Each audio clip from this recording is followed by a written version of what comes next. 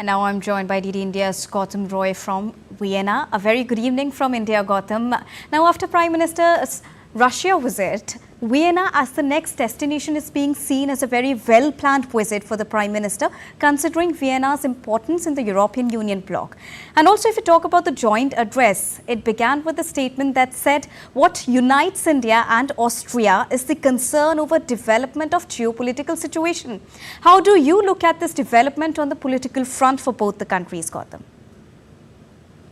Well, good afternoon from Vienna, Deepika. It is, of course, a momentous occasion where Prime Minister Modi has met his Austrian counterpart, Federal Chancellor Karl Nehammer, at the Federal Chancellery. They've had their talks and they've made the press statements as well, which have clearly underlined, since Austria is an integral part of Europe, the European concerns on behalf of Chancellor Nehammer, the concerns that they have due to the war or the conflict, as we term it, in Ukraine. And he has very clearly stated what sort of an invention he has been making along with Europe in that war. And India has also been very clear. Prime Minister Modi very clearly said that he's mentioned in the past as well that a solution cannot be found through the battlefield, and this is not the time for warfare. And he's very clearly said that territorial integrity should be respected. The violence has also been talked about there and has been condemned. The Prime Minister also mentioned in his media statement the twin problems that confront the entire humanity, which is terrorism and climate change. So all these issues have been brought together very well. But the meat of the part that was there was the shared values that India and Austria have, India being the largest democracy in the world, Austria being one as well.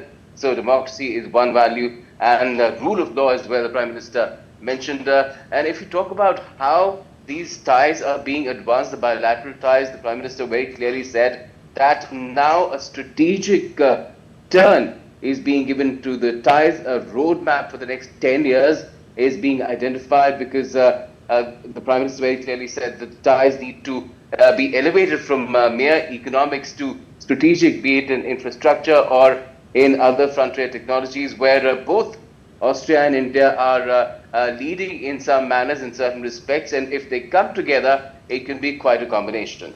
And also, because we've seen that in the past also, Austria believes in expanding traditional ties, and both the countries share around more than 200 collaborations projects till now. But now they are also looking forward to explore sectors like quantum, waste, water management, etc. How would this economically benefit both India and Austria, Gautam? Well, there is a tremendous scope there. The Chancellor mentioned that the trade right now is 2.7 billion euros. That is roughly around $3 billion as well. And investments too need to be ramped up, because if you add them up, Indian companies in Austria and Austrian companies in India is about 1.8 billion US dollars, and this needs to go up. And for that purpose, new areas of collaboration, that's where the focus was, were identified, be it renewable energy, you mentioned hydrogen. There's semiconductors as well, where India has a very successful PLI scheme going for a lot of sectors as well, which can be taken advantage of by even foreign companies if they have projects in that sense.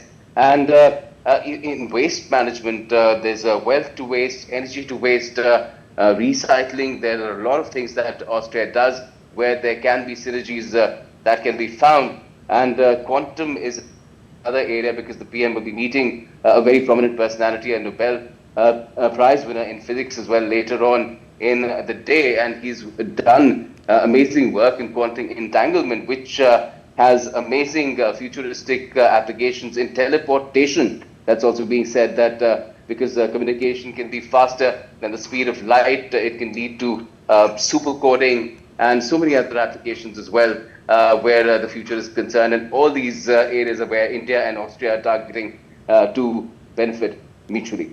A very quick last question. What are the later events that we are expecting in the day today, Gautam? Well, we've already seen the conclusion of the India-Austria business meeting, or the CEO's meeting, as it was also called. About 40 odd companies, a dozen from India and 28, I think, from Austria, have taken part in that and given a roadmap of collaboration on the business front, especially where niche technologies the cutting-edge technologies are concerned to the two leaders as well. They've addressed this business forum as well. And now, of course, the calling on the Austrian President Alexander von der Bellen will be unfolding as we speak. And then, of course, the big-ticket event would be the Prime Minister's address or interaction with the Indian diaspora in Sofia and Saleh a little later on in the afternoon following the lunch that is now, of course, taking place already with the business leaders and the two executive heads of the governments. All right. Thank you so much, Gautam, for joining us and bringing us all the latest update with a rounded perspective from Ground Zero.